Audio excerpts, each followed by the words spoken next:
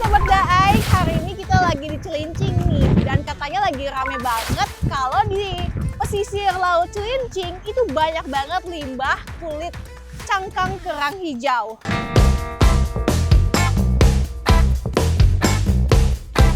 Sahabat Daai, nah ini dia nih tempat tumpukan cangkang-cangkang kulit kerangnya.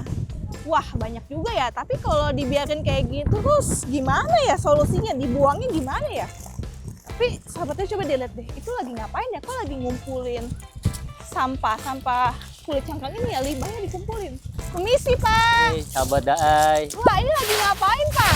Alhamdulillah, ini kan lagi proses pengumpulan limbah-limbah cangkang kerang hijau untuk kita proses menjadi nilai manfaat yang lebih baik. Emang bisa Pak jadi apaan Pak? Alhamdulillah, kita harus merubah dalam bentuk gestur cangkang ini menjadi material pasir cangkang kerang hijau namanya. Oh, pasir cangkang kerang Ya, hijau. jadi bentuknya itu nanti cangkang ini berubah menjadi pasir cangkang kerang hijau.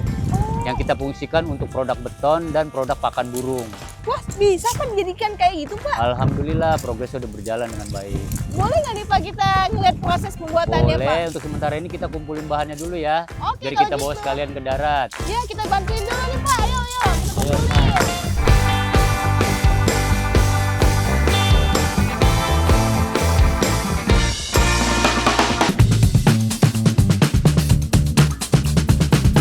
Wah, Mas Ipang ini sekarang lagi diapain Mas prosesnya? Kita lagi sekarang proses pemilahan dan penjemuran. Oh, sepanjang hari ngolah berapa banyak Mas? Satu hari itu minimal 1 kintal, kadang 1 ton kalau memang lagi ada aktivitas lebih lanjut gitu. Jadi bisa 1-2 kuintal sehari gitu ya? Iya, minimalnya seperti itu. Berarti kalau habis dijemur tuh diapain selanjutnya Mas? Halo sahabat DAI, dari pemilahan tadi kita buat proses pengayakan. Oh, tadi habis dijemur hasilnya kayak gitu Iya, Mas? ini hasilnya Wah, setelah itu penjemuran. udah nggak hijau-hijau lagi Mas ya? Betul sekali. Oh, itu berapa lama Mas bisa kayak gitu? Nah, kita biasa 1 hari nih kalau cuaca lagi nggak panas. Oh, gitu Nah, kalau ya? cuaca lagi panas-panasnya kali cuma 1 jam atau 2 jam. Jadi dia bisa langsung kayak setengah-setengah pasir gitu Mas ya? Iya, betul. Cuman dipanasin doang tuh? Betul sekali. Oh, oke. Jadi yang kena air kalau didiemin lama-lama dijemur bisa kayak gitu ya? Iya, betul sekali ini. Jadi Oh, seperti ini. Mantep, mantep, mantep. Dan ini juga mau diayak belakang? Iya, kita mau proses pengayakan ini. Oh, oke. Itu ayaknya gimana Mas? Oke, boleh kita lanjut ke sini. Oke, coba kita masuk-masuk. Wah, kita lihat lebih dekat Dekat, nih Sobat Daai. Nah, Wah, ini pun pakai manual ya Mas ya ya, caranya ya? kita manual pengayakannya. Wow, tuh lihat tuh Sahabat Daai. Jadi dia akan jadi lebih halus gitu ya Iya. Mas ya? Ini biasanya perlu berapa kali Mas? Dari pengambilan tadi, pengeringan tadi ya kita ngambil sisanya. Hmm? Ya paling lama 1 jam atau 2 jam lah Oh. untuk pengayakan ini. Jadi tuh dia akan diulang-ulang kah yang dari bawah ke atas lagi atau? Enggak, udah kita langsung pop dipisah Oh. untuk penggilingan nanti. Lanjut ke proses penggilingan. Halo sahabat DA, ini kita lanjut setelah dari pengayakan tadi. Oh, hasilnya ini Mas ya? Iya, betul sekali ini hasilnya. Oke. Nah, kita dari setelah lanjut pengayakan ini, kita proses penggilingan dari pakai mesin yang ini. Oh, oke. Ini di mesin gilingnya nih Ya, Mas ini ya? kita mesin gilingnya yang ini. Oh, itu biar jadi apa Mas? Biar lebih Nah. halus lagi? Biar jadi seperti ini. Oh, oke. Ini kayak semen beneran ya Mas ya? Iya tuh, jadi debu-debu seperti ini. Nah, kita ngambil yang halus-halus seperti ini. Oh, tapi ada 2 macam ya Mas Iya, ya? kita ada 2 versi ini. Kita ada 2 versi dari penggilingan. Berarti kalau yang kecil hasilnya lebih halus gitu Iya, ya? yang masih kecil ini lebih halus. Oh, ini sebenarnya udah bisa jadi pengganti semen dan pasir ya Mas ya? Betul sekali. Oke, tapi ini kalau kena air tuh lebih cepat ini nggak sih dia? Dia lebih cepat hilang. Kadang-kadang debu, Oh, bukan oke. pasir, batu bebatuan. Tapi gimana caranya Mas? Akhirnya tuh dia bisa awet keras gitu. Nah, kita ada tambahan lagi tuh dari perekat sebagai perekatnya. Oh, ada perekatnya lagi gitu ya? Iya. Oke, oke. Jadi itu ini kalau bisa kita mau pakai buat bahan bangunan, udah bisa nih gini aja nih. Nah, kita bisa tetap ada, kita kan ada metode-metode lainnya gitu kan, tambah-tambahan lagi gitu tuh, biar buat jadi bahan bangunan seperti itu. Oke sahabat DA, kita lanjut setelah dari penggilingan tadi, kita lanjut proses percetakan paving block. Widih, jadi bahan-bahannya apa aja nih Mas? Nah, yang tadi seperti tadi itu dari bahan kerang hijau, Mhm. tambahan air, dan kita udah proses sudah jadi nih. Oke, paduan tadi. Wah, bener-bener kayak semen tuh Mas ya. Iya.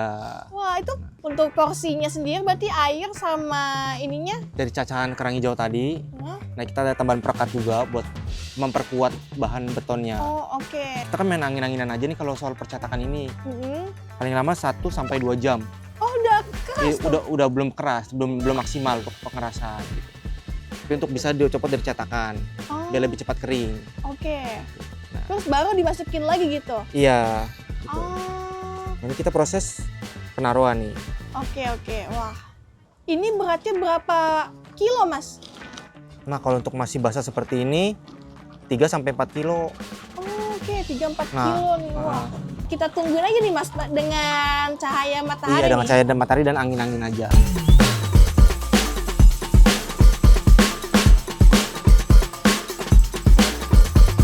Nah, ini udah jadi nih Mas ya. Iya, sahabat dia, ini setelah pengeringan tadi. Ini butuh proses kesabaran nih kalau mau keluarinnya sahabat Daai. Wah, Nah. akhirnya keluar juga. Wih, Ini hasilnya. mulus banget Mas.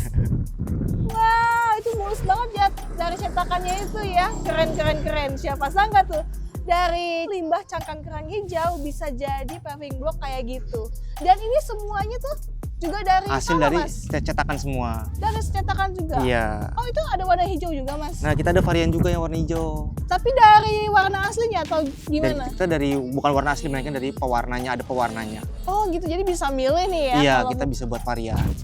keren. Dan itu juga udah dipakai di sini ya, Mas ya? Kalau kita Iya, lihat nah ya. ini kita yang sudah digunakan langsung. Wah nih, dan ini dipakai untuk di kantornya Cangkring nih. Cangkring, kantor cangkring.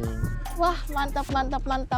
Tapi apalagi sih Mas untuk produk-produk lainnya nih setelah ini? Kita ada kloset, ventilasi udara seperti itu kita ada. Oh, oke. Kalau kecil-kecilnya ada nggak Mas? Nah, kita ada asbak. Yang di meja-meja? Iya, di meja-meja seperti itulah. Nanti kita lihat ke atas nanti mini galeri kita. Oke, siap. Dan bisa jadi hasilnya tuh kayak kecil-kecil juga nih Mas ya? Iya. Banyak sekali di galeri juga ya? Oke, terima kasih banyak nih Mas Ipang atas waktunya, kita udah dapat pelajaran yang berharga banget. Kalau gitu yuk kita lihat lagi lebih lanjut sahabat Daai. Tapi saya sebagai nelayan punya inisiatif, punya inovasi. Waktu itu sering duduk setiap sore di pesisir pantainya itu, punya keinginan bagaimana caranya nih cangkang yang dalam bentuk cangkang ini berubah dengan satu item yang unik dan punya nilai manfaat.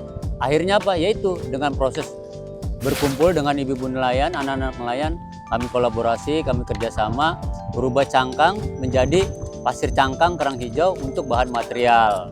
Dan prosesnya alhamdulillah bisa berjalan dengan baik, banyak support, banyak dukungan, banyak juga anak-anak yang KKN untuk kunjungan, melihat progres kita. Hasil apa yang kita capai ada beberapa item berupa pasir cangkang dan berupa pasir untuk pakan burung. Tujuan kami yaitu memanfaatkan fungsi dari limbah yang ada di pesisir kami untuk jadi nilai manfaat dan meningkatkan sumber daya manusia di sekitar Kalibaru Timur ini. Wah, mantap sekali. Tapi ngomong-ngomong Pak, ini udah dari kapan Pak limbah-limbah ini tuh menumpuk gitu? Ya, 25 tahun yang lalu juga memang udah bertumpuk. Cuman progresnya waktu itu kan belum ada penanggulan. Masih ada di sekitar pesisir atau lingkupan rumah masyarakat. Karena dampak dari gelombang tinggi, pasang surutnya laut, nah kita kan ada progres penanggulan. Nah kalau bertumpuk selama di pesisir di rumah-rumah warga itu kan kurang higienis dan menimbulkan bau busuk yang menyengat. Jadi timbullah dampaknya ke kesehatan juga. Akhirnya mau kemana? Ya limbah ini harus dialihkan ke pesisir kembali. Gitu loh. Tidak banyak yang memikirkan itu, ya akhirnya kami tumbuh. Saya warga di sini dengan berpikir tadi dengan mencoba inovasi yang baru gitu loh. Iya. Memanfaatkan limbah cangkang kerang hijau. Karena kalau dibuang ke tempat lain pun sama aja Pak ya, cuma pindah tempat tapi Betul, cuma jadi limbahnya, urukan. iya limbahnya tetap ada gitu Pak ya. Iya. Makanya butuh sebuah inovasi dan solusi juga nih yang nyata ya Pak ya. Ya alhamdulillah, intinya kerja keras kami, mudah-mudahan harapan ke depan dengan inovasi yang kami lakukan ini, walaupun kami belum bisa untuk menyeterilkan dengan kondisi bobot tinggi limbah yang ada, tapi kami sedang berusaha dengan inovasi kami yang ada, coba menghigieniskan dari nilai tidak kurang manfaatnya cangkang kerang hijau itu menjadi nilai manfaat. Kami juga harapannya sumber daya manusia tinggi dari lingkupan sini makin tinggi dan antusias mulai memikirkan dampak dari limbah cangkang kerang hijau ini. Kalau untuk produk-produknya sendiri Pak, sebenarnya kalau di sini sendiri pun udah diimplementasikan belum sih?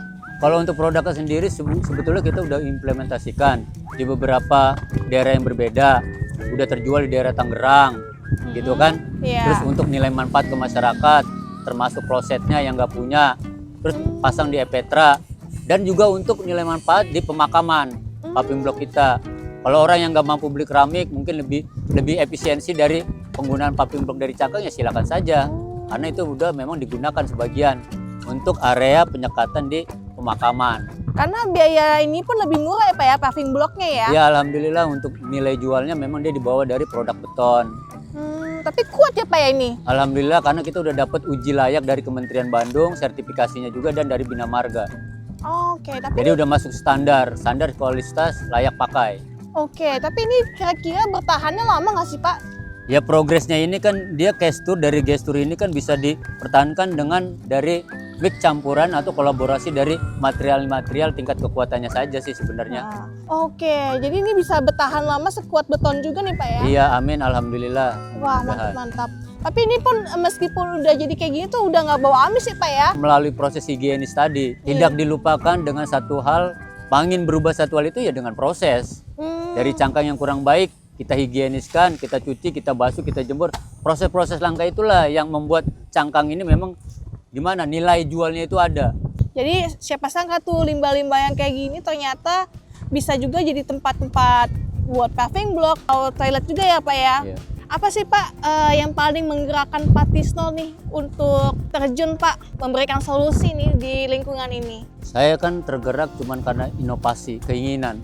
Saya juga nelayan, saya juga kan pembuat permasalahan dari limbah-limbah ini. Sebagian kecil masalah limbah ini belum ada solusi untuk penanganannya. Ya saya cuma tergerak dengan inisiatif yang ada, bagaimana caranya kita bisa loh merubah limbah yang ada ini gitu loh menjadi satu hal yang baik dan bisa jadi nilai tambah buat masyarakat sekitar dan sumber daya manusianya. Awalnya itu keluh kesah seperti ini udah 25 tahun juga udah jadi keluh kesah, mau kemana. Cuman kalau kita nggak inovasikan satu hal yang nggak baik itu jadi item yang bisa jadi nilai manfaat kan, terus nanti begini.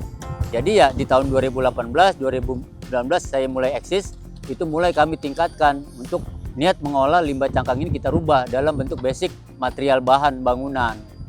Jadi dari 2018 cangkring ini dibangun ya Pak ya? Iya. Inovasi kedepannya apa Pak yang ingin dibuat nih dari cangkang kulit kerang ini? Ya saya berharap ini bisa digunakan sebagai pakan-pakan atau pupuk-pupuk untuk tanaman gitu kan. Iya. Bisa jadi pelet. Karena nilai tambah dari situ udah ada. Contohnya grit dari pakan burung merpati balap. Itu kan 0 sekian persen nilai fungsinya udah ada. Untuk ketahanan cangkang dan agresivitas dari merpati balapnya. Jadi dampaknya pun selain mengurangi, ternyata juga banyak sekali produk-produk yang bisa dihasilkan yang bernilai lagi Pak ya, yang bisa digunakan ya. Ya intinya rutinitas, tekun, banyak belajar dan banyak mengetahui dari efisiensi nilai manfaat dari cangkang kerang hijau itu. Wah baik, terima kasih banyak nih Pak Tisno atas waktunya. Kita sudah banyak sekali menerima pelajaran baru dan inovasinya pastinya ya. Oke, dari gerakan kecil memberikan solusi untuk lingkungan di Cilincing ini. Ya sama-sama sahabat Daai, terima kasih sebelumnya, saya Pak Tisno. Sampai jumpa Pak, dadah.